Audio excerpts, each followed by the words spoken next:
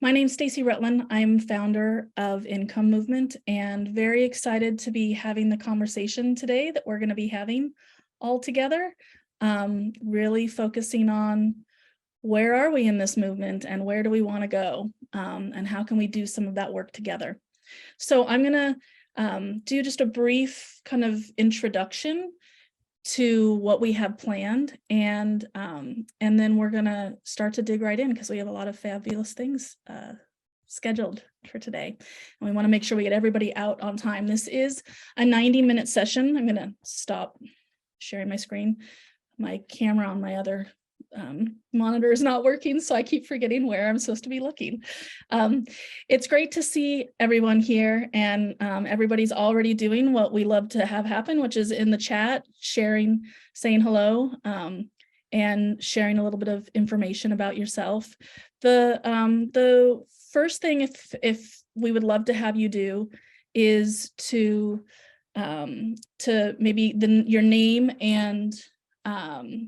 and pronouns if you're associated with an organization, and then what you are excited about for the guaranteed income community in 2023. What's on your radar that you're excited about or that you're thinking about right now that you hope happens or you know may happen? Go ahead and add that into your little introduction. We're going to be using the chat today pretty extensively to both augment the conversation as well as to get as much feedback going as possible, and an opportunity for us all to get to know each other a little bit more. We normally do our quarterly State of the Movement meeting as a regular Zoom meeting versus a webinar. We've had some Zoom bombing lately, and so we're moving to the webinar format, which is less intimate but more secure, which, you know, on the trade-off side, we're hoping that we can kind of weed out the folks that are here for the wrong reasons over the next meeting or two that we have that are these larger, broader movement meetings. And then we'll hopefully be able to get back to the more intimate layout and structure so that everybody can see each other and share their screens and start to be part of that kind of bigger community. We will, like I said, though, do as much as we can to integrate what's happening in the chat into the broader conversation and bring those voices to the center. We do have along the bottom, I hesitate to even spend any time on this because I think we're all pretty well versed, but we do have Q&A, and that's a great place for you guys to be able to share any questions that you might have as we go along.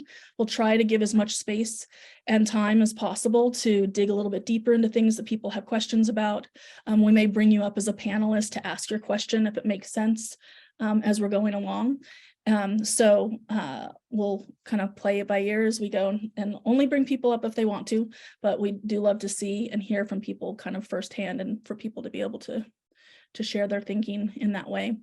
So today we have a couple of key things planned. From an agenda perspective, we're going to start by doing a little bit of a broad overview of movement building, just what this term means, a little bit around what some possible frameworks might be that we use collectively as we move forward to do some of this work.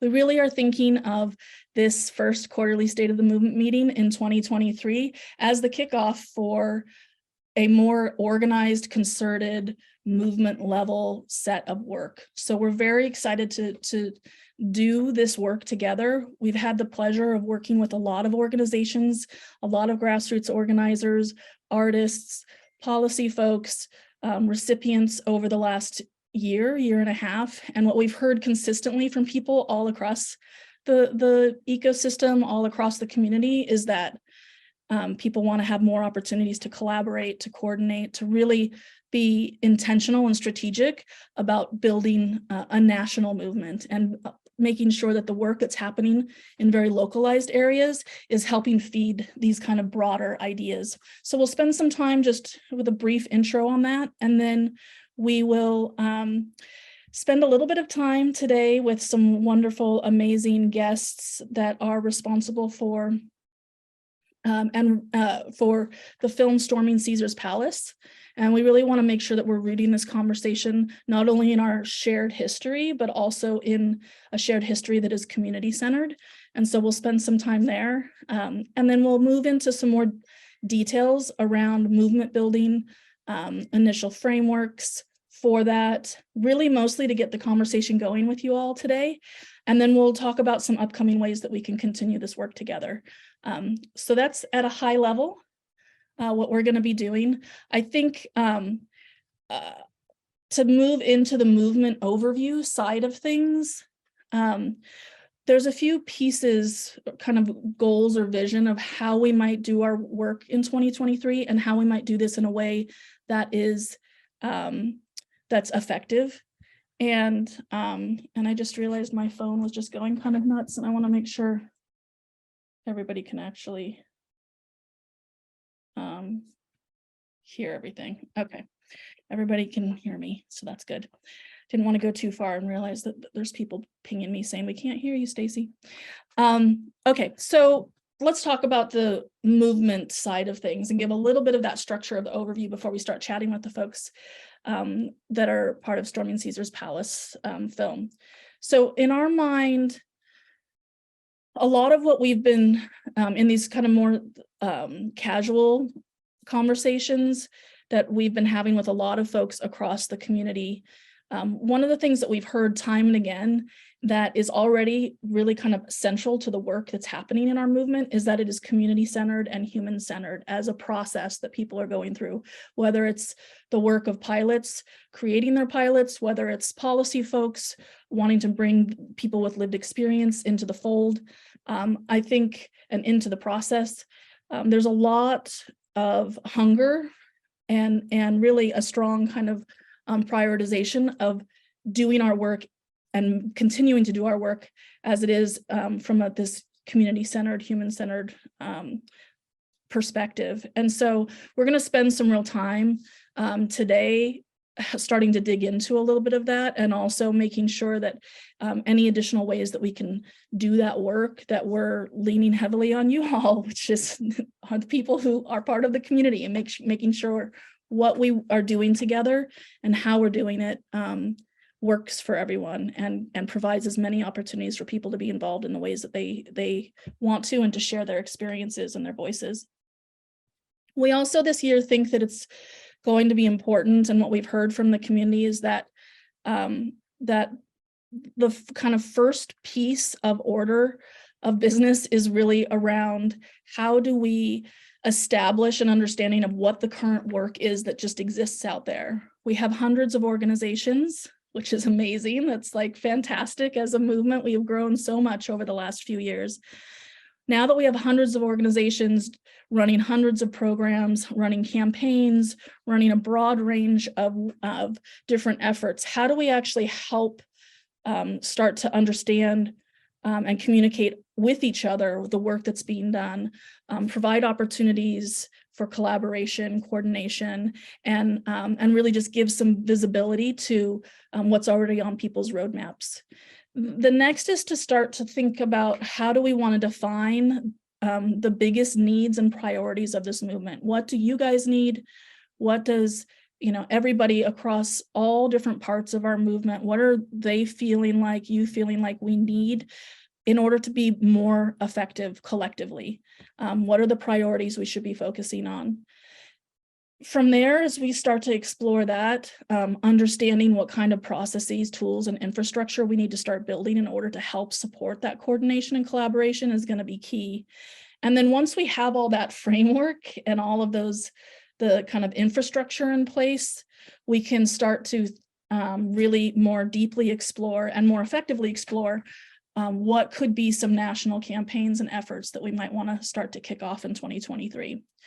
So it's a pretty solid set of goals or kind of areas we think it would make sense for us to start on. Of course, this comes from a variety of different conversations we've had. It comes from a survey that we sent out to the community that more than 70 people and 55 organizations have taken. So this is coming from you all, but we also want to make sure that we after this initial kind of kickoff, that we immediately start to dive into deeper conversations with everyone, so that we're rooting this in not only what you guys are seeing our needs, but why and how we might start to come together to solve them or address the needs. All right, so I've just been talking for a long time. I want to start to move to the next piece of what we're going to be spending some time on, which is starting to root this work, starting to root our movement in history and in community. And, you know, I talked a little bit at the top about what that means fundamentally, but we thought with MLK Day yesterday and a lot of conversations within our own community around Dr. King's relationship and support of basic income, we thought that this would be a good time to actually bring the work and experience and really the power of the role of Black moms in that broader work of the 60s and 70s, which was really the last time that we had the idea of a basic income, a guaranteed income at the forefront of the political discourse and conversation. So I would love to invite both Hazel Gurland and Sondra Phillips-Gilbert up to the screen so that we can start having a conversation about the amazing work that the National Welfare Rights Organization and Ruby Duncan and an amazing group of women kicked off so many years ago. Hi, Hazel. Hi, Sondra. Lovely to have you here. I'm going to read a brief bio of each of you so that people have some context to understand who you are and how amazing you are. And then we'll start to kick off a conversation.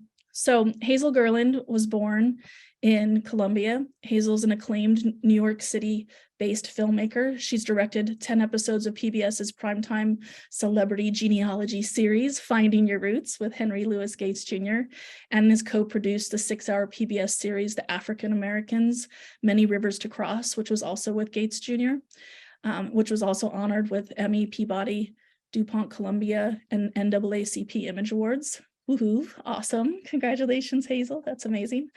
Storming Caesar's Palace is Hazel's first feature-length documentary. It premiered as the opening night film at the Black Star Film Festival, which is fantastic.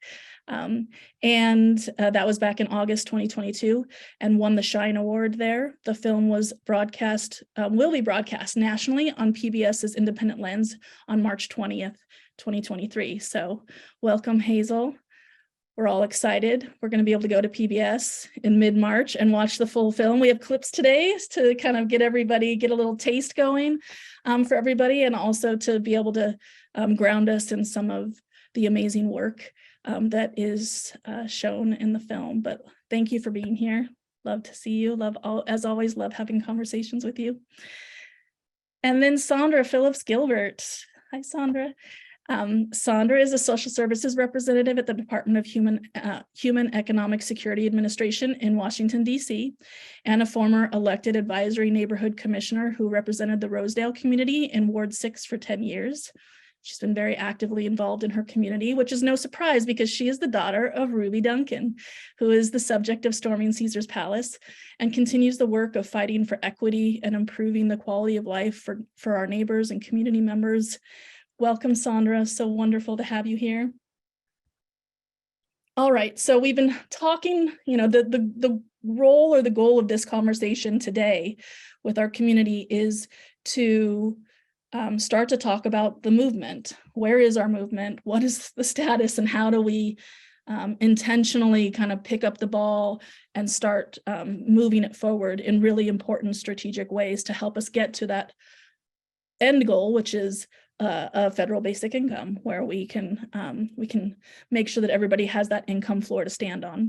So I'd love to start to understand, because community is such an important part, and the lived experience of folks on the ground that are experiencing in many ways the most negative parts of how our economic systems are designed right now. I'd love to understand a little bit around the context, first starting with you, Hazel, around the making of this film. What's the film just roughly generally about? And then and why you feel it's so important to tell the story that you're telling. Hi. Well, thank you first. I just want to say thank you, Stacy, and everyone at Income Movement for having me.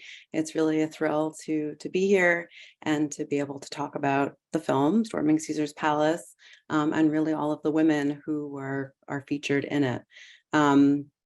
So yeah, Storming Caesar's Palace is a feature-length documentary. It's about Ruby Duncan and a group of other women in Las Vegas who, for one reason or another, ended up needing public assistance. And once they were on it, realized how awful and inadequate it was, basically, and set out to change it and to reform it. And so they begin organizing, and it starts out as a very community-based group. Clark County was their county, their local area, but they found that women and mothers across the country were doing this similarly, everywhere, and so became the National Welfare Rights Organization. And so, as you see in the film, we get to see that kind of first consciousness raising of really coming together and realizing we have a problem and we need to do something about it, and then finding kind of out how to do that. So yeah, I mean, this has been a very long journey for me as a filmmaker. I started making this like 15 years ago. And, it's a project and a film that I think still is grassroots based and not fully recognized, or, I don't know what the word is, like people, like the gatekeepers, the powers that be are still not 100% ready to embrace everything, as you know. And so it was a challenge to make the film and to get it done, but there were ultimately people who came on board, and that was great.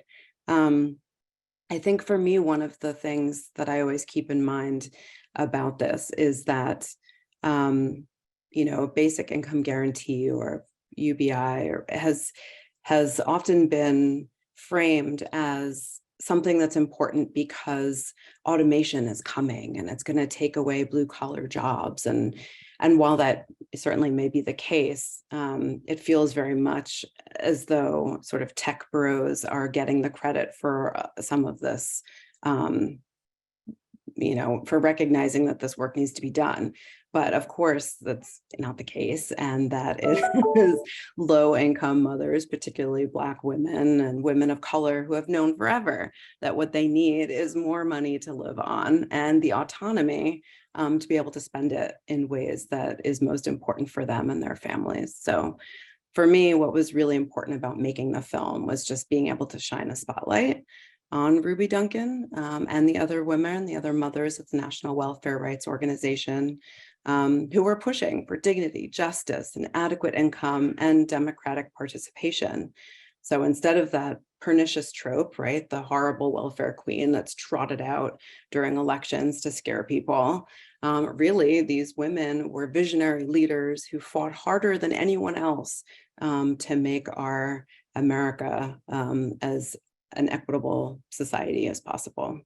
So I could get on my soapbox and talk forever, so I will stop, but I just, I wanted to say that those were some of the key pieces for me. Awesome. Wonderful. Well, I would love to hear, Sondra. You were a child. We're going to watch some amazing film clips to get a better sense of not only what it was like on the ground, but the trajectory and kind of the path that your mom took. But I would love to understand, and maybe just a little bit to help have people in the back of their minds as they're watching, or the front of their minds as they're watching the film clips. What do you remember most from those early years when your mom and all those amazing fellow women organizers kicked off the movement for welfare reform and basic income? Well, thank you for inviting me, Stacy. I just want to say, in the beginning, as a young child, I remember it was extremely stressful for young children to watch their parents being manhandled by police, It was tense. It was a lot of attention throughout the movement, but we were able to learn, working with the community, organizing the community. The grassroots was so important because from that, the community understood what the assignment was, and then the mission, and then the goal. And so that goal led to a lot of the reform, welfare reform, and just human basic needs that the mothers were fighting for. And, watching my mother being threatened, just attacked, and over time, it was hard watching, your parent get arrested. But eventually I got used to it, but it was very, very stressful for us. And so I look back and I think about how courageous these women were, how they fought for so many women and children and families. And they stood up against people with no fear. If they were afraid, they didn't show it, but that was encouraging for me, and it inspired me to be who I am today, to continue the legacy, because we all have a responsibility. And so I don't want to get emotional about it, but it was just an experience that I'm very grateful and honored to watch. And then for my mother, now 90 years old, she's being able to see what she did. And she gets to see her flowers now, the movie and the story of her life, to be able to share with other people, to inspire people across the nation and even globally. Yep. to do what is needed for families, and like we're talking about basic incomes. But anyway, I can talk too, but I'll see what clips are being presented, and then I can speak more on those as well. Awesome. Perfect. I do just want to say, we feel just so blessed and thankful that you're here, Sondra, and that your mom is still doing, fighting the fight. And then, yes, that she has an opportunity, I think, to be able to see that all of that work is being picked up by so many people again. And I think, our hope as we do this work is that we're carrying Ruby and so many of the other moms, like, in our hearts, in our minds, carrying them forward. And I think in particular, the hearing you talk about what it meant to be a child, to be watching, to be watching the amount of resistance and hate and all of those things being pointed at your mom. And I think it's an important part of when we think about this work and doing community-led work, that it's deeply emotional, and it impacts all of our families, everybody who's here that's doing this work, and that there's a sacrifice at the heart of that. And I think while we watch these clips, thinking about that emotional side and what it really meant to step up and step forward time and time again in spite of, I think is really important. So I'm so glad that you shared that. Really so happy to have that frame what we're going to watch. Thank you. So I'm going to share my screen, and we're going to watch a few different clips. They're separate, so I'm going to have to stop sharing and resharing for the next one. So there's a little bit of technical fun that you guys are going to get to witness, but we're going to watch a few clips, and then we're going to come back together to understand and dig a little bit more. As we're watching these clips, please do, if you have specific questions for Sondra or Hazel, drop them in the Q&A, and we'll make sure that we have some time to give to those, as much time as we can. Okay, let me share my screen.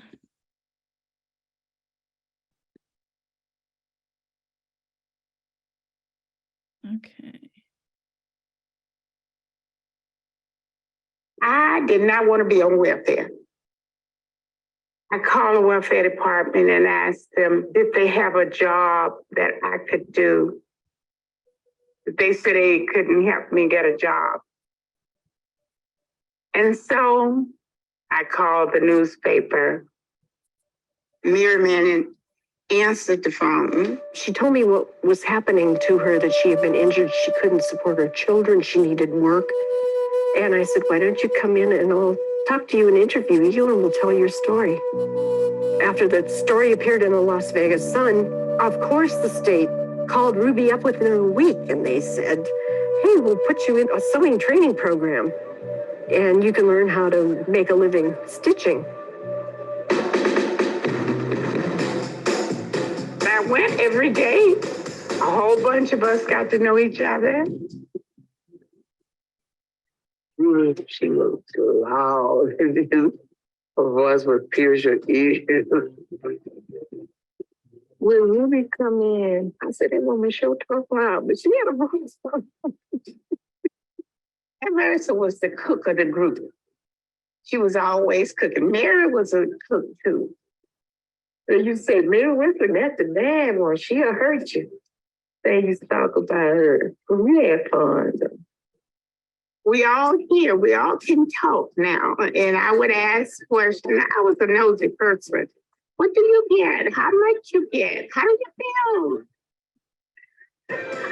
A pretty good girlfriend of mine called me and she said, Ruby, why don't you come and help us with the Welfare Mothers organization? I said, what do they do? Ladies, let's have a meeting.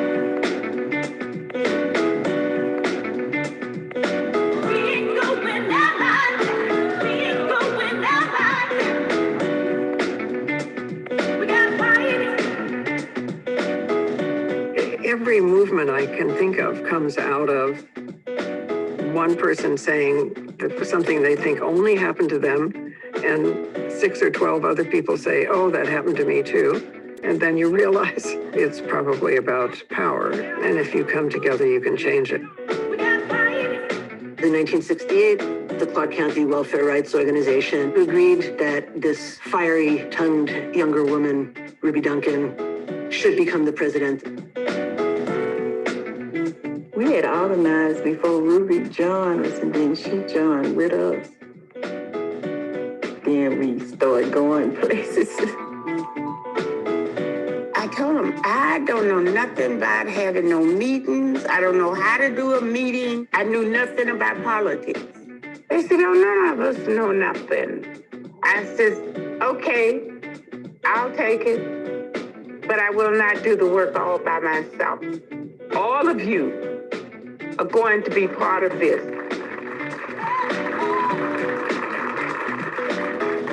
What's the best thing could have ever happened to me?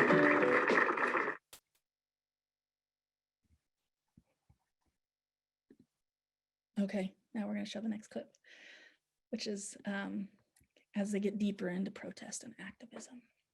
Share the screen. I feel like I've watched this film a couple of times. Still, I love watching. It's always exciting and fantastic and emotional.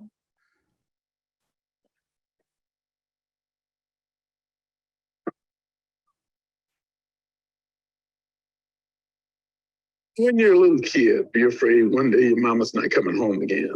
I prayed for her because she was really putting her life on the line. And you're talking about closing and shutting down the strip.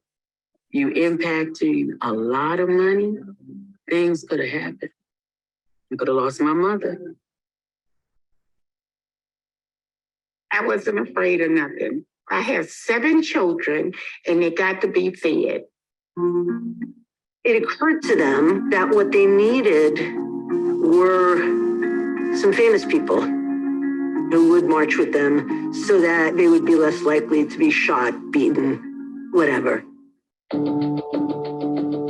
They were able to get Sammy Davis Jr. and Donald Sutherland, Ralph Abernathy. We may have to seize the dice away from the crap tables We may have to dismantle the slot machines on the strip, but be assured we're ready for business. A lot of people was afraid to march, but I think when they found out that there was other people behind them and really wanted to help them, they got like they didn't care. They wasn't afraid anymore. I want to see every lady here who's worked in her life. Pull up your hair.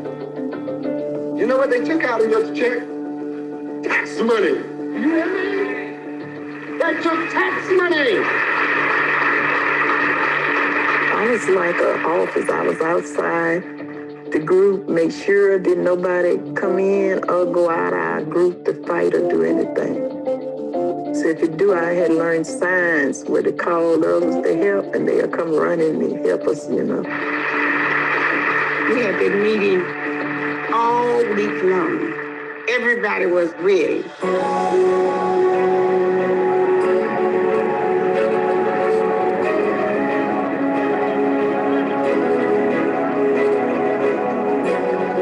We had the universities. We had all the welfare moms. Cookie Bustamante came down to be one of the leaders in the march. Jane Fonda was right in the middle of it. Yes, she was. And we began to go on the strip.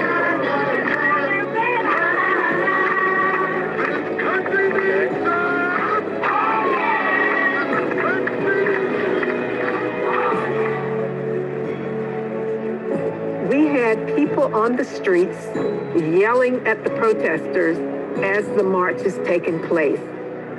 This gentleman, he was walking right in front of me. Go to work, go to work, go to work. And I wanted to push him so bad. They had folks on one side chanting that, you know, welfare mothers go home, it's like that.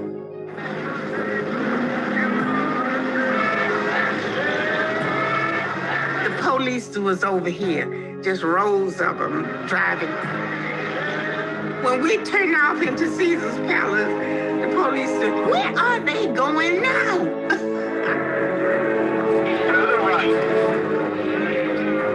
We was marching, we just turned and went up in Caesar's Palace.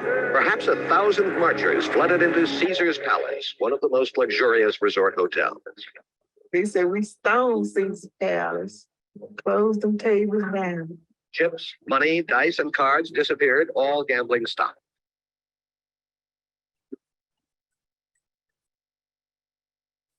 If I was someone like them, when they find out that poor people like us that are waking up to their crooked rules that they have been had for years.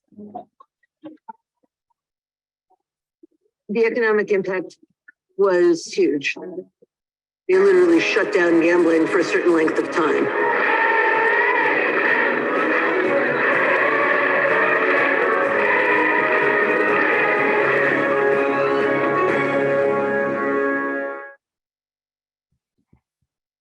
Sweet. So awesome. I love seeing the old footage and the news and what it was actually like on the ground for all of that to be happening. Okay, I think we're just going to do one more, looking at the time, because I want to give plenty of time to talk a little bit more, dig into this, and give people a chance to be able to ask questions. Okay, so this last piece will help us understand what this very amazing, well-organized local work meant for on the national stage. So let me go ahead and this is where the connecting welfare, connecting like basic needs all comes together around basic income. There's too much money flowing throughout this country, and it doesn't flow to the little bitty people. Our politicians, whomever they may be, must understand there is a group of human beings throughout America that is in poverty. And we that are strong enough to get the message over must let them know it's a need. The biggest protest rallies of all during the Democratic Convention are being organized by the National Welfare Rights Organization. Your whole life is in the hands of politicians that is taking money from poor, low-income people. You see before you a coalition of women, of Black people, of Spanish-speaking people, and of young people to tell the country what is different about the 1972 convention. In that era, the party convention was not just a public event. It actually had a role in forming policy. They were discussing welfare, and they were not hearing from women who were on welfare. In Miami, we were fighting for adequate income, jobs, housing. We were fighting for everything. The welfare rights movement made a demand for a guaranteed annual income. We want $6,500 and adequate income and all of the other planks of the poor people's platform. The Democratic Party, one would have hoped, would have been supportive of a guaranteed income floor. But this was the first massive test of it in the national spotlight.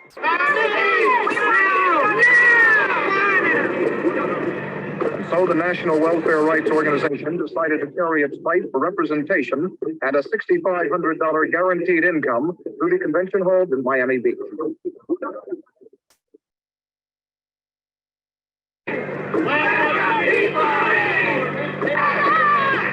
We made more noise in them stands that they owe heaven to make sure that the political power people know we wasn't jiving, we were for real.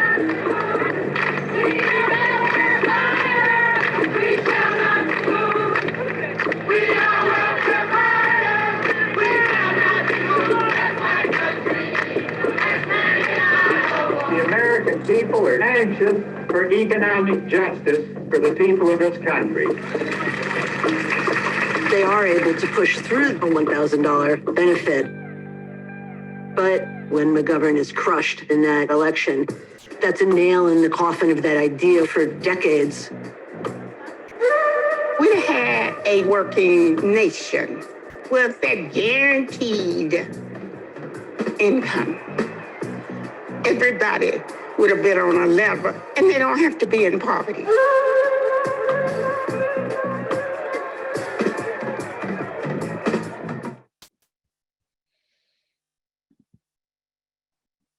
Oh man, what an amazing amount of inspiration. I love these clips so much. It's just, and Ruby is just clear. She's just so eloquent. It's just fantastic. So, so in so many ways, you know, we want to hold this work front and center, be inspired by, but also learn best practices. Where were the most effective places to push? I also just want to give, before we dig a little bit more into this, I want to give a little bit of context. So in 1972, $6,500 as a basic income translates to about $46,000 today. So the work that Ruby and the National Welfare Rights Organization was actually, what they were fighting for was a true basic income, a true income that would cover all of those core basic needs. And so to understand what a revolution that was and what it really meant, and also what it means for a movement that is community-led, that is based and rooted in the folks who are experiencing the economic systems, to be able to demand for what they know is right and have that be the starting point for conversations, I think is just so critical and so exciting. And I'd love to understand a little bit from you, Sondra. Can you share some of, like, specifically, so Ruby, there's in that footage, you can see Ruby at the National Convention. We also know that National Welfare Rights Organization and some of the work that was happening in the early days in particular helped influence Dr. King and some of the civil rights movement of the time. Can you talk a little bit more about the role that your mom played in these conversations? Well, when I spoke to her, I asked her, I said, Mama, how did you get involved? How did you guys learn to organize? And she told me the story of how meeting the women in the sewing class. And what they did is they built a bond. They became like an extended family. And so they talked about critical concerns and issues that impacted them on public assistance. And there was a core group of them. And from that, they had like what you would call block captains. And these individuals were responsible for reaching the other neighbors and finding out what issues impacted them while they were on public assistance or any other concerns. And from there, they came together.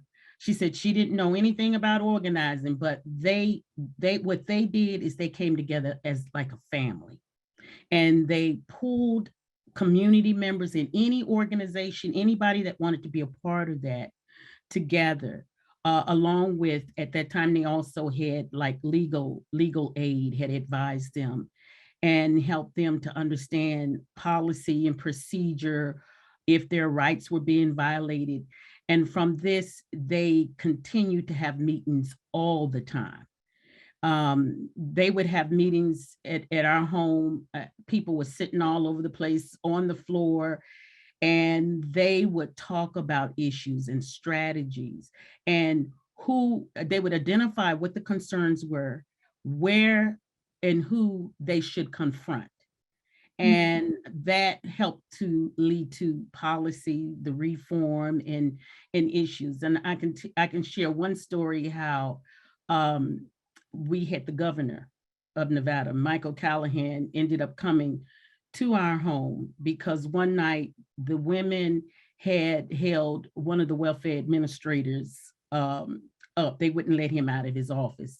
And they talked to him about the kids needing shoes, food, and all that. So they decided they made so much noise that the governor said, I'm going to talk to them. So the governor came to our home, and my mother said, would you like something to drink? And he said, yes. And my mother said, go in there and get him a cup of Kool-Aid. And I brought the great Kool-Aid drink. And these women sat down with him and they told him about their concerns, how they need increased income, the basic income that they talked about that, and also about issues that impact how they were being treated while they were on public assistance. So community, what I learned from her is that the important thing is while you're organizing, you have to build a strong bond with your community and whoever you're dealing with. And people have to know that they can trust you. And then that helps to build a stronger base and organizing. So that's what they did. We were like an extended family, and they did what they had to do, and they organized all the time, and they met all the time. So that led up to what happened over time with the marches and all of that. Awesome. Mm-hmm. We have a couple of questions that have come up. One is related to just being able to connect or get some more information around the film, that there's some folks who might be supporting panel discussions and things. So we can definitely, for Nora, we'll directly send a note and with one of the Income Movement's team's email address, so we can just start a conversation and definitely connect you with Hazel and anybody else from the film that makes sense to have some conversations. And in the Q&A, Giselle Huff dropped a note, didn't Nixon propose a Milton Friedman style EIC in 1972? He did, and there's definitely some opportunities for us to dig a little bit deeper into that. Another film that is coming out this year called Raising the Floor looks specifically at modern, kind of the modern movement through the lens of a pilot, Chelsea Eats pilot, during the pandemic. And they've actually created some small, like mini 7 to 10 minute videos, one of which is what happened in 1972 with Nixon, for some context setting. So we have some new things that are becoming available to our community to be able to dig a little bit deeper into some of those. So definitely over the coming months, I think we'll have a chance to explore that a little bit more, both learn the what worked and also why did it fail, and if there's ways that we can try to learn from that as we move forward. Thinking about, and this is maybe a question for both of you, just I'd love to understand, and I think we've started to dig into this idea of why a community-led kind of movement is so critical. And I love your story, Sondra, of like the governor's in your home and you're bringing them, grape Kool-Aid of like, here we go, let's have a real conversation. You're in our home, you get to experience like our lives, and the impact that can have on elected officials who have a lot of power and make decisions. I'd love to understand a little bit more, either through your research, Hazel, as you were kind of developing the story and having conversations with all these amazing women, what do you think, and this is, our own, because we're in this moment as a movement, why do you think the approach of community-centered and kind of lived experience experts at the heart of the work of building a movement is so critical? Like what does that mean as far as our ability to be effective as we do this fight, continue this fight? I mean, I think it makes it the most effective because it's really sort of real. It's based on real people's needs and real work, I think. I mean, not that allies and advocates aren't doing work as well, because they're certainly needed. And, Ruby and the other mothers had great advocates and allies, like Sondra mentioned, the legal aid lawyers that were really helping. And there were other kind of people who had funding money that were also progressive leaders in Nevada that were supporting them. So you have to have a coalition, for sure.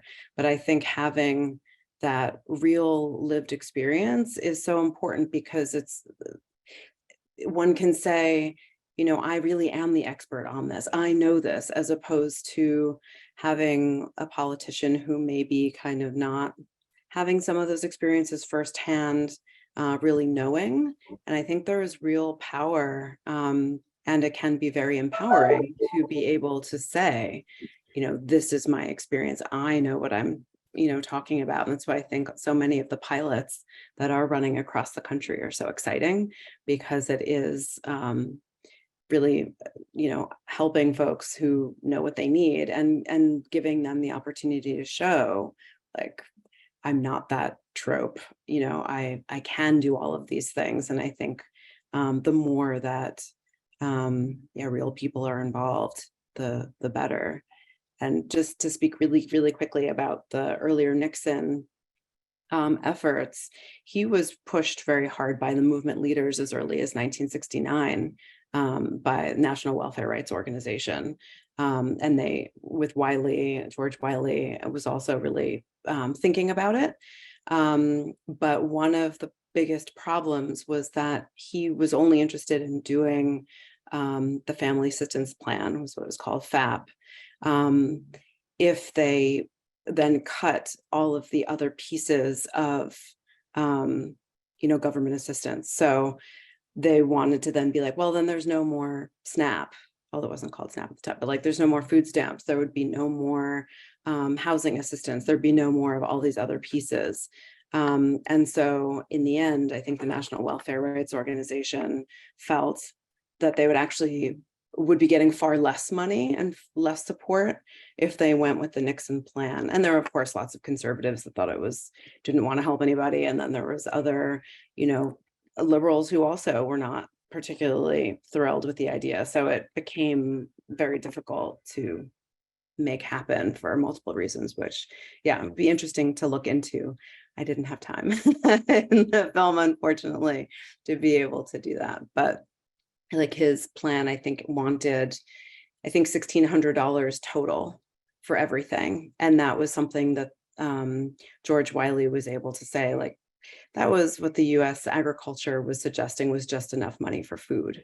So it was clearly insufficient. And the women could see that that was a ploy that was not something they wanted to get with. So they were able to come back in 72 and really push for something that was more real.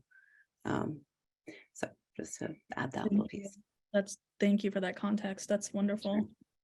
Sondra, how about for you? Do you have any thoughts around why, based on your experience rooting movement work in the kind of hearts and minds and voices of people on the ground is so critical?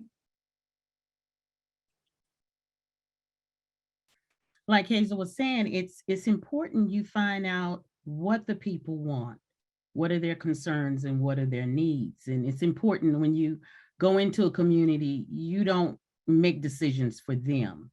And this is how you build trust, by letting people know you're concerned about what they think and how they feel. And that's what my mother and the women did. They worked with women and families, and they found out exactly what everybody had, the similar concerns and needs. So like I said, when you build those bonds and you listen to the people, and a lot of people don't have to be educated to figure out whether you're for them or not. They can see. And once you build the trust of the community and you find those key people that are ready to go, they can help pull the rest of the group together. That's what the work of the block captains, as my mother said. They had people that other community members trust and knew. And like I said, those women, every time they protest, they were being arrested, manhandled, mistreated.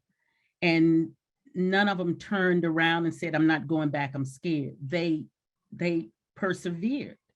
And so community is essential. That's most important, is learning and knowing your community or the community that you're going to work with. It's important. Wonderful. Well, I think that's an amazing last piece to leave us with as we start to talk about the next part of what we want to focus on today, which is how do we continue this work, and what is 2023, what does the next year or two look like for us together as we continue to build on this amazing body of energy and in many ways a model for us to start to inform how we do our work together. So thank you both, Hazel and Sondra, for coming today and for showing up time and again as we have different opportunities to share Ruby's story and share the story of the National Welfare Rights Organization and to be part of this community as we do the fight. Really happy to spend some time with you. Thank you. Thank you so much. With for my having pleasure. Okay, so we're going to start to transition to the second piece, which is, just like I said, what are we doing? How are we doing our work? And now that we have a really good kind of reminder of what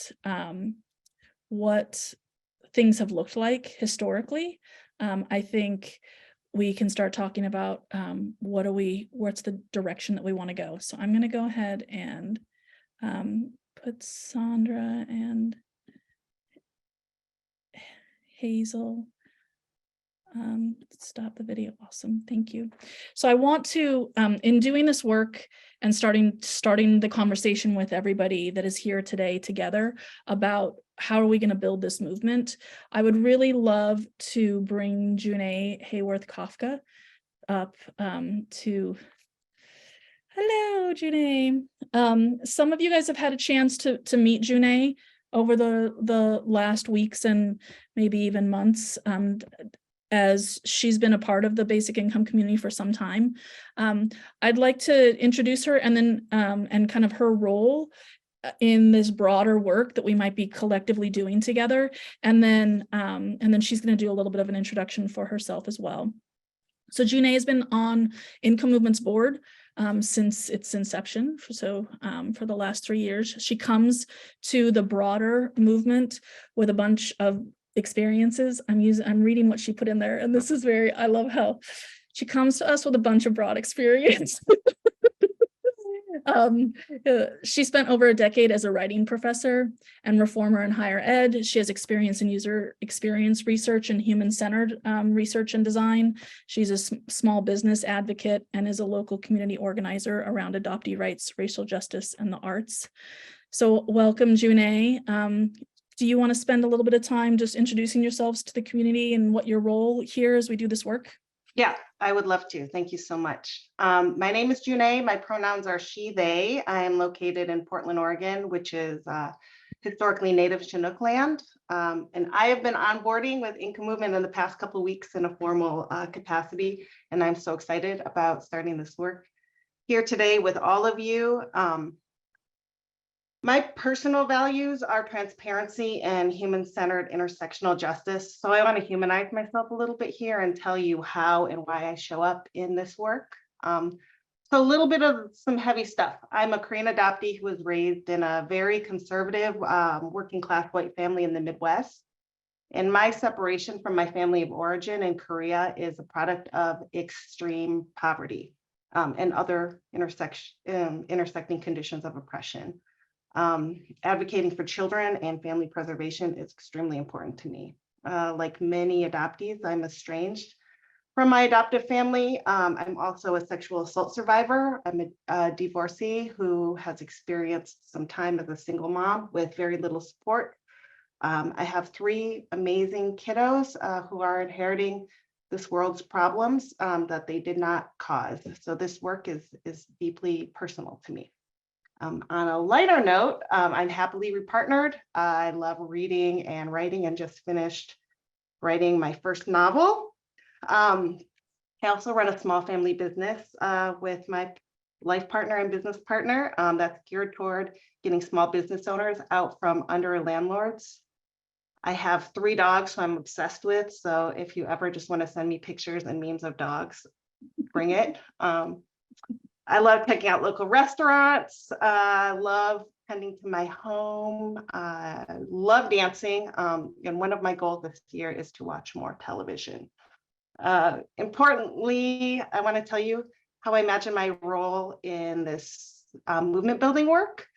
So in a meeting last week, Stacy introduced me as somebody who's going to be driving the car of this work. And that metaphor of driving has stuck with me. It's not that I'm going to be taking folks to some predetermined place. Instead, I will come and pick you up where you are. You guys will tell me where to go and how to get there. We might end up in a completely different vehicle, one that we build ourselves along the way, and we're going to be making our own map. Also importantly, y'all are going to be choosing the music and determining where we stop for snacks. Note, I'm dairy free, so that's important. So you don't want me throwing up in the car. I'm also super dorky, obviously. So there's that. But in general, I want you to think of me as a helper. I'm here to document, to archive, to set up meetings, run the meetings, and just help us drive forward as a community. What we create, the programs, infrastructure, tools, campaigns, all of that is going to live outside of any single organization. So our work is going to belong to us, and I'm just going to kind of hold that space and container. Other values of mine are community wellness, connection, and joy. So I can't wait to dive into this work with all of you in ways that inspire and sustain us. So I'm going to hand it back to Stacy and just express a quick note of gratitude for having me here. Thanks. Awesome. Thank you so much, June. So in many ways, like I said at the top of this hour, this quarterly State of the Movement is about grounding us in a more formal movement building structure. And so what that structure is going to look like is we're going to all be here together to figure it out. We do at the same time think that it's important to have process, to have folks who can help drive that process so that we can meet our goals. We can be thinking about how do we need to grow? How do we want to grow? What's the support that's needed in order for us to grow collectively as a movement? And also what do we need to build and create and support in order for folks to feel more connected, more collaborative with the work that's happening across the community. So I say that because I think, you know, June will be here, especially in these early months as we're starting to dig into this work together, trying to think about, you know, how do we do this work? She's going to just be the person who is dedicated to this work and to communicating with folks, getting things kind of brought together, like she's saying, to help us do the foundation building together. And then from there, however it is that you all feel like we need to create this kind of broader movement cohort of people and organizations and folks together, she'll be there to help do all the nuts and bolts of that as well. So really excited to have her join this work and really be an advocate for the movement and an advocate for the community through the process, and make sure that we're not getting too centered on what organizations are prioritizing and losing sight of the folks on the ground, our everyday community members. Okay, so I'm going to share my screen. Apologize ahead of time because we're about to look at some slides, but the slides here are the role of today is to just start with some frameworks.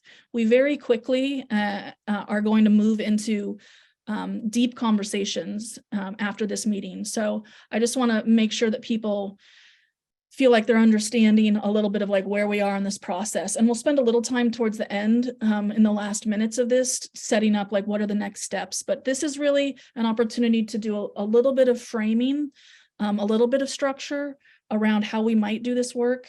And then we're going to start to have roundtable discussions, interviews with as many people that want to participate in that. We already have, I think, 25 or 30 people who have signed up and said they want to participate in roundtable discussions to start to dig into our movement and what our movement, you know, what we need to do, what our priorities should be. And as many more people sign up is fantastic. So we'll be sharing links to next steps, to surveys, to signups for roundtables, all of those things as we move through this process. But first I'm gonna share my screen. So here we go. And I'm gonna just turn my my camera off as soon as I'm done. June's gonna walk us through some things, and that way I can not have to worry about where my eyesight is at when I'm doing this work. Okay, let me share my screen. So at a very high level or basic level, starting to think about what is our broad vision as a movement. This is the beginning of an idea. It based on our work with hundreds of people across our movement, this feels like a very solid vision that most people are embracing. But again, this is going to be our work over the next several months, is to confirm and think about what our broad vision is. So to pass some kind of federal basic income policy, so national, that provides a baseline financial floor for our society members that can help them support their basic needs. So that's what we're ultimately doing our work towards, right? We want to get millions and millions of people to get money and be able to cover their basic needs. So I'm going to hand it over to June to start to dig into a little bit more about what that might look like.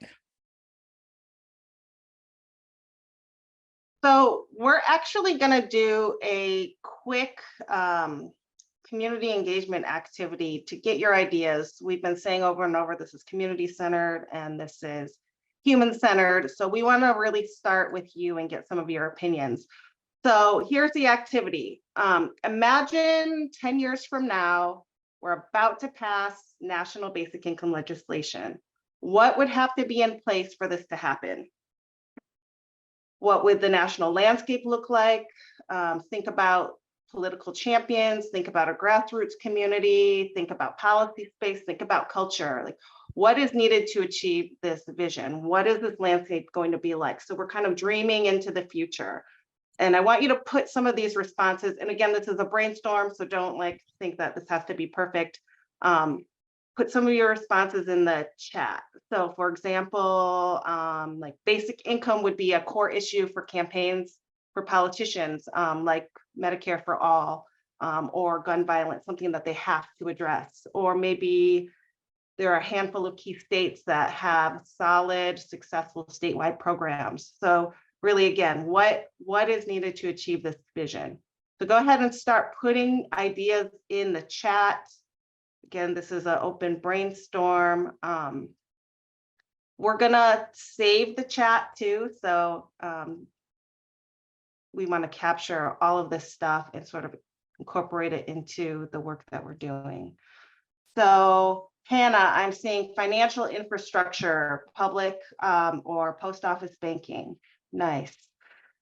Jerome is saying all of us run for office, eventually become House reps or senators. Lynn is saying direct access to the money by individuals, banked or unbanked. Nice. Crystal, the notion of deservedness is no longer a barrier. Yes, loving this. Catherine, building the strong grassroots network, like described in this playbook that's created by Ranked Choice Voting Movement. And there's a resource link in there. Giselle, replicate the towns and clubs that pushed for Social Security. Sudi, youth that were coming of age during the pandemic will be in civic and political leadership. Nice. Colin, demystifying cash disbursements and best practices and methods for pilots. Nice.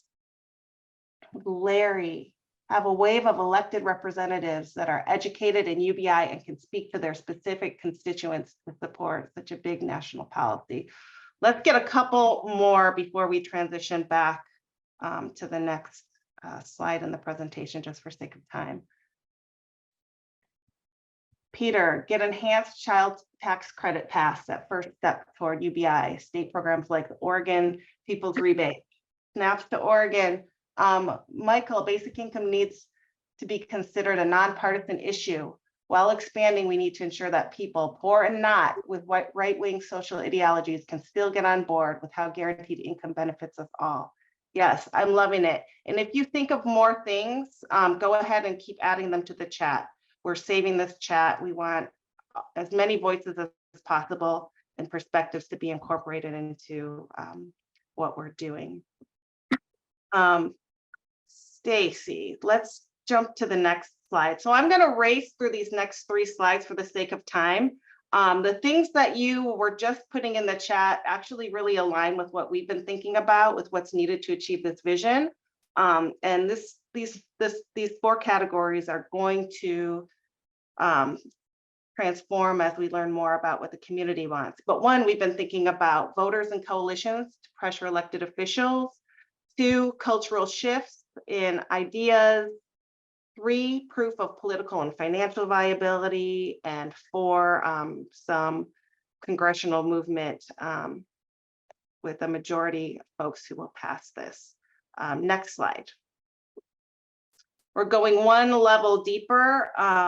Here, just highlighting the way that we're continuing to build this framework and think about these categories. 1 directly correlates with the idea of people, the thriving, engaged grassroots community. 2 is about framing ideas and societal shifts. 3, we can lump that into a policies bucket.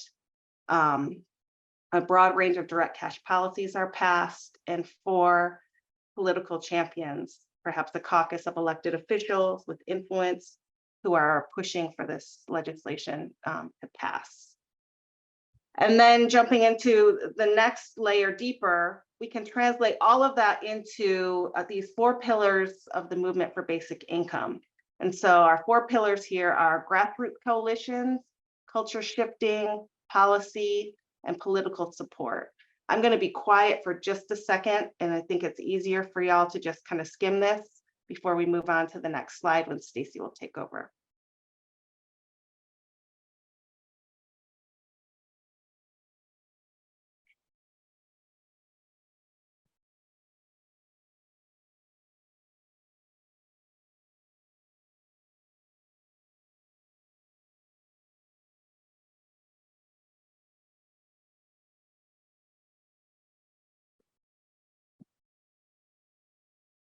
We'll be revisiting these pillars. We'll be revisiting all of these ideas. All of this work that we're doing together is recursive and it's community driven. We're going to be revising, moving forward, backward, around. It's going to be a dynamic process. So you'll have a chance to look at these in more detail later.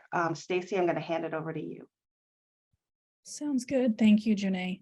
Yeah, I think the framing, the beginning of helping us collectively understand what is the broader work. I'll put myself on video. I guess maybe that's helpful.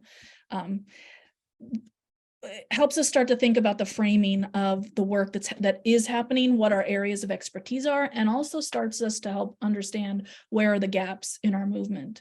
And so in September, October, through December of 2022, so the last few months, we actually sent out a survey to organizations that are working in this space and asked them to identify where their primary area of focus within the movement is. So you can see we have over 50, I think we're at like 56 organizations have took the survey and helped us start to identify and understand who from their primary lens or perspective is focusing on this grassroots and coalition building side of things, who's focusing on the shifting of cultures, the education, the narrative work, who's focused on really thinking from a primary goal of helping build that policy space, and then what's happening in the building of political champions and who's thinking about that work.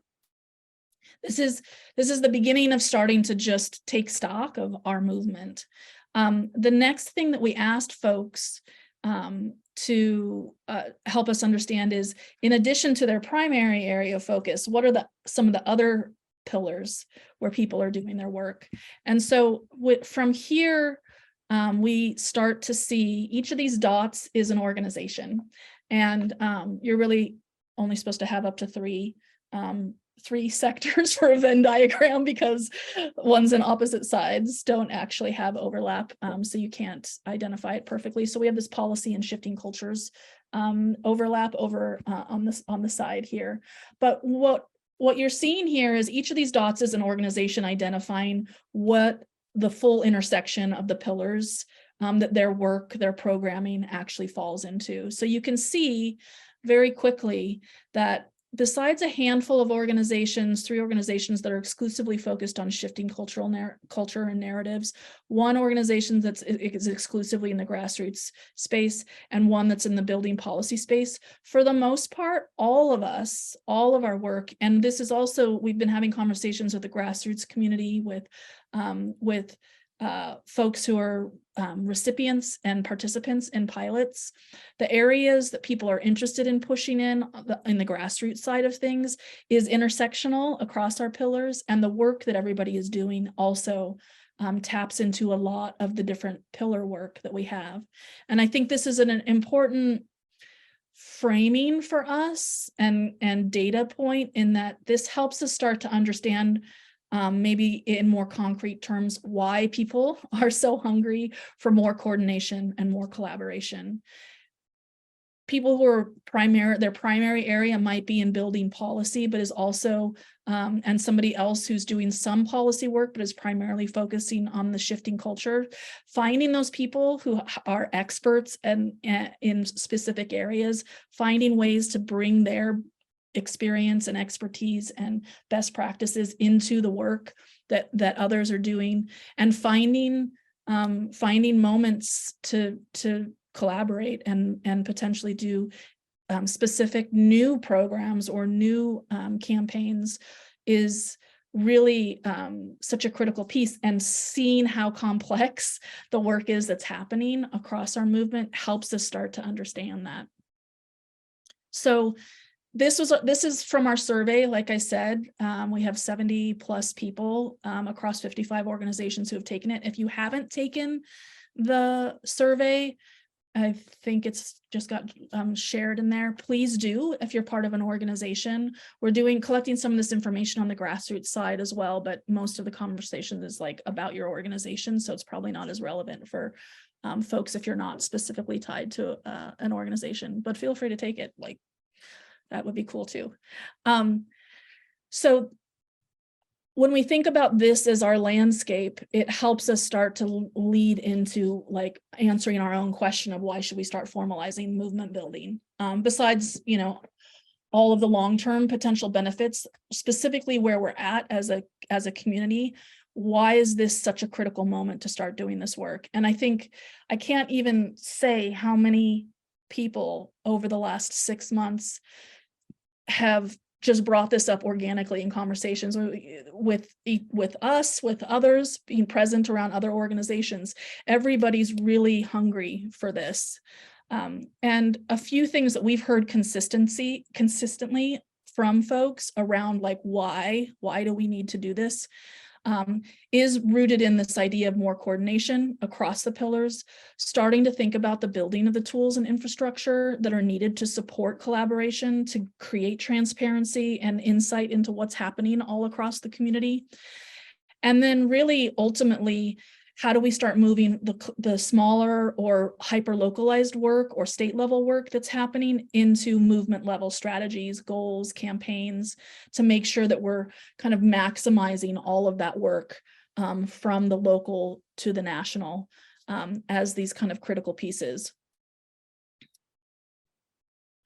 I want to, at the top of this hour, we started to talk a little bit about this idea of building a movement cohort. And here's some of the initial things that we've heard from folks, what is needed or what you are hungry for, that is kind of leading this effort right now. Again, we're about to get engaged in very intentional, strategic, deep conversations with all of you. And so these are likely to change, but some of the things that we've just been collecting over the last few months from folks, mapping that existing work, starting to figure out what the prioritized needs of the movement are, and building some formal processes and infrastructure in place to be able to do the work, and then working to facilitate the development of national campaigns. So if we're formalizing this and we're thinking we're bringing a cohort of people together that's outside of any one organization, that's working, really putting time and energy into that movement level work.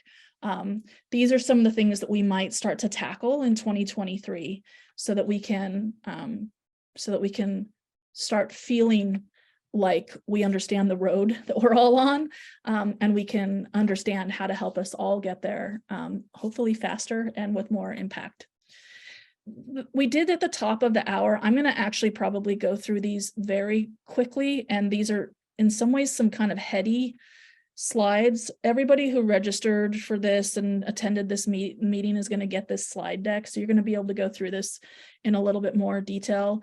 And certainly this will be some version of this will probably be what helps, at least for some of the roundtable discussions that people want to participate in. So apologies for moving kind of quickly through these, because they might be a little bit kind of hard ones to grok as initial. So we just established these pillars. We just established what folks in this community, what their relationship with those pillars are, but starting to think about like, what do these pillars mean and how do they actually function in a movement? There's a few different slides here that might start to get at what it means to have a community-centered, a human-centered process to building this movement. So you can see here the grassroots organizers, pilot organizations, community coalitions, lived experience experts are foundational. This is how do we learn from Ruby Duncan and the work before us to make sure that at the heart of everything that's happening across the other pillars is informed by people with lived experience. So this is that grassroots up into culture shifting and narrative change, the ability for the culture shift and narrative change to start to impact and influence the design of policy, political support. Again, we'll see in a moment, this is not fixed. This is actually not one directional. It is iterative, and it is in many ways kind of a living organic process, but an important one, potentially a visual like this to help us make sure that we're thinking about how decisions are getting made, who's informing design of all of the work that we're going to do collectively. Another potential kind of visual for some of this is really thinking about movement level work. What's the output that we're going to do, and what does it mean to walk the talk and actually have lived experience experts, grassroots activists, and pilot orgs and community-based organizations be at the heart of it. So we know we're going to need to, around the outside is potential movement level work. They could be campaigns, they could be programs, they could be a wide range of things.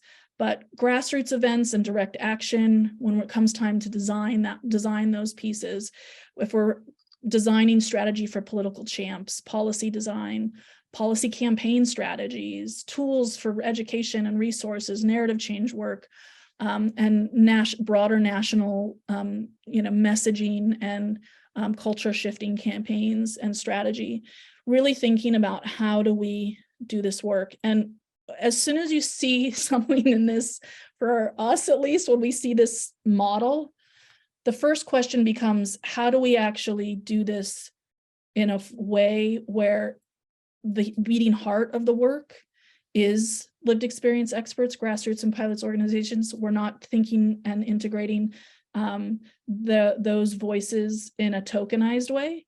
How do we make sure people are getting paid as the experts that they are to participate and help us do this work? How do we as a movement start to make some decisions around kind of the moral approach we want to take to elevating the voices of our everyday community members who ultimately are the ones that we're fighting for? So a really important piece that we're going to start to tackle together. How do we connect people appropriately? How do we connect somebody who's a lived experience expert with somebody who's working on policy design? There's a lot here around infrastructure and tools we could build to be able to help connect people across different parts of the ecosystem. And then the last slide, which is really kind of complex, actually is taking a human-centered or user-centered or community-centered design approach for program design into movement level work. And I'm not going to spend, I think this just alone to walk you through it, it'll probably take 5 minutes, and we've got 5 minutes left. So I want to be able to hand this over to June to talk a little bit more about next steps. But this is just another way of visualizing and thinking about the cyclical, iterative nature of the work we do when we're centering things in community, and how we can think about small programs, small pilots, small campaigns, and how we might learn from those so that we can scale them to the national level. Okay, I'm going to hand it over to June. And again, we'll spend some real time in this. We'll share it with you guys, and excited to have deeper conversations with you as we move forward. Okay, so let's just go to the next slide, Stacy, or do you want to cover this? Okay. Nope. So we want to give you just a quick sense of our schedule and timeline with some milestones and ways for y'all to get active and participate. Along the way, we're going to try to figure out as many ways as we can to maximize community participation. So this won't be it, but these are the big ones. So upcoming in February, as Stacey's been talking about, we're starting our roundtable discussions. There will be a link in the chat to sign up for those. There it is. We're going to further map out the movement ecosystem, identify some of the current work, figure out needs, solutions, identify the roles that people want to play in this movement, and what opportunities we can sketch out for other folks who don't have a lot of capacity. In March, we're going to establish the movement building cohort. Hopefully we can draft a community-centered process and start beginning there, because that's actually what we're going to do, and we'll start that then. We'll also start drafting a movement theory of change and roadmap together. And importantly, in April, there is our next State of the Movement. So that's going to be an opportunity again for the community to give feedback to the process and some of the content. Again, this is iterative. In June, we're going to have a big working session with the Basic Income Guarantee Conference. This is going to be a convening moment for us to come together in person and online to do some work together. So you'll want to start thinking about buying your tickets, planning your travel, sketching out that, holding that time in your calendar. And then importantly, if you'd like to submit a proposal, the deadline is this Friday. The theme is going to be building momentum across the movement. So keep those deadlines front of mind. And it's June 8th and 9th in Chicago, Illinois. Thanks, Stacy. And then the summer milestones. So July through September, our movement building cohort is going to be working together. We hope to be able to design and launch some movement level infrastructure and tools, and have more ecosystem collaboration through the summer, perhaps with creating some national programs and campaigns. And so those are the big milestones. Stay tuned. Thank you everybody for coming, for your participation, for your excitement. It's been wonderful to be with everyone today. Stace, do you want to have some closing words? Sure. Yeah, just to reiterate what Junae just said is a lovely closing, and I already see people doing little emoticons to kind of close out how you're feeling. I think it would be great for us all to maybe just in the chat or through the emoticons, just letting us all know how you're feeling, a word or a icon, whatever it is. I see a lot of celebrations, and stay tuned, because immediately following this, we're going to start hitting the ground running in this work. And we just want to make sure we're providing whatever opportunities, whatever ways that you can participate, no matter how small or how in depth. We're really dedicated to finding ways for you guys to be able to participate, especially in these early stages where we're doing such foundational work. So thank you so much for being here. Looking forward to this work together, and we will see you very soon. Thanks, everyone. Take care.